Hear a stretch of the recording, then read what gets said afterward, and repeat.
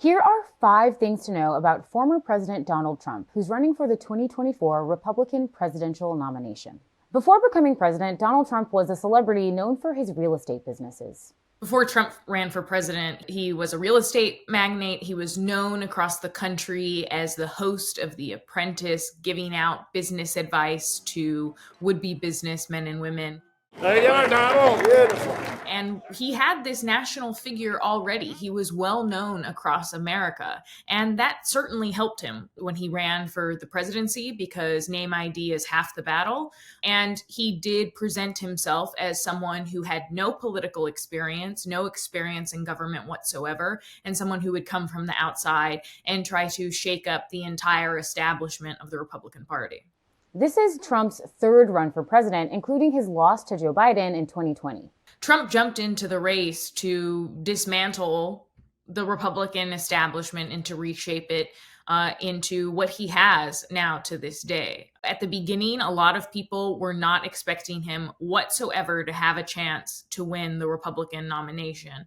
And I remember vividly covering the 2016 Republican primary where everyone expected him to at some point falter. It's incredibly similar to his 2020 campaign, where Trump repeatedly lied about election fraud all the way in the lead up to November. He had been saying that he suspected that there would be election fraud, that the system wasn't running properly, that it was rigged. Now, we're in courts all over the country, and hopefully we have judges that are going to give it a fair call, because if they give it a fair call, we're going to win this election. The only way they can take this election away from us is if this is a rigged election. We're going to win this election. Trump's entire campaign this time around is about the justice system being rigged, is about the election system being rigged, and is about him, he says, being persecuted, and that he's being persecuted for his voters and that he's doing it for them. That is his entire campaign, and that's what he has been running on since he launched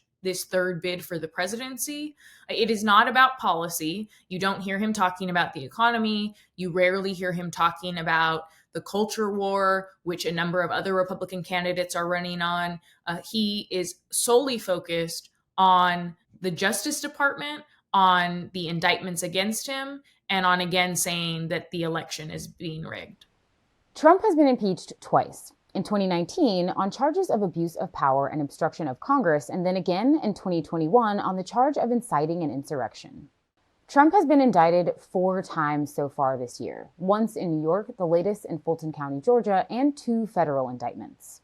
One of those is related to his actions leading up to and around the January 6th Capitol insurrection and his efforts to overturn the 2020 election. The second federal indictment has to do with his mishandling of classified documents, storing of classified documents at Mar-a-Lago. And then the other 2 are brought by states, one by New York, by the district attorney in Manhattan, and that relates to hush money payments to an adult film star during his campaign. And then the final one, and the most recent one that was brought at the end of the summer, was brought by District Attorney Fani Willis in Fulton County, Georgia. And that, again, also is about the former president and his co-defendants' efforts to overturn the election, the 2020 election results in Georgia itself. We did nothing wrong at all, and we have every right, every single right, to challenge an election that we think is dishonest, that we think it's very dishonest.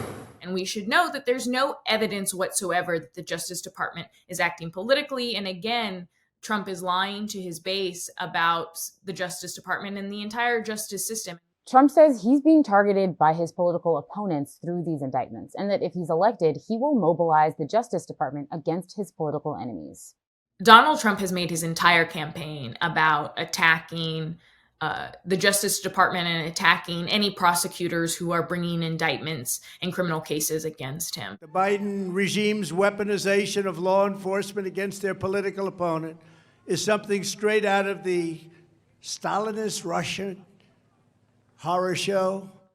The irony of this is that as he's attacking the Justice Department and the FBI, calling them politically rigged and politically motivated, if Donald Trump were to win the presidency again, he has made very clear that he would want to use the Justice Department as his own personal law firm, and has said that he would like to dismantle and gut the entire Justice Department and install just loyalists. And this is something that he attempted to do around January 6th. He has made very clear that if he were to have the presidency again, the Justice Department would do his political bidding, and that he would go after not just Democrats, but also Republicans that he sees as political enemies.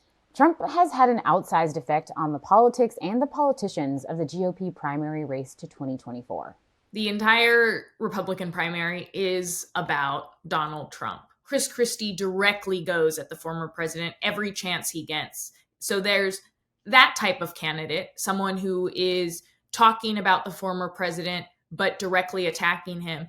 Then there are the Ron DeSantis's and Vivek Ramaswamy's of the world who have decided to defend the former president. So whether you're someone who's defending the former president or someone who's directly attacking him, your entire campaign has been defined by Donald Trump. Donald Trump faces several other Republicans in the primary lead up to 2024, which the PBS NewsHour has profiled. You can find that on pbs.org/newshour or right here on our YouTube channel. For the PBS NewsHour, I'm Nicole Ellis.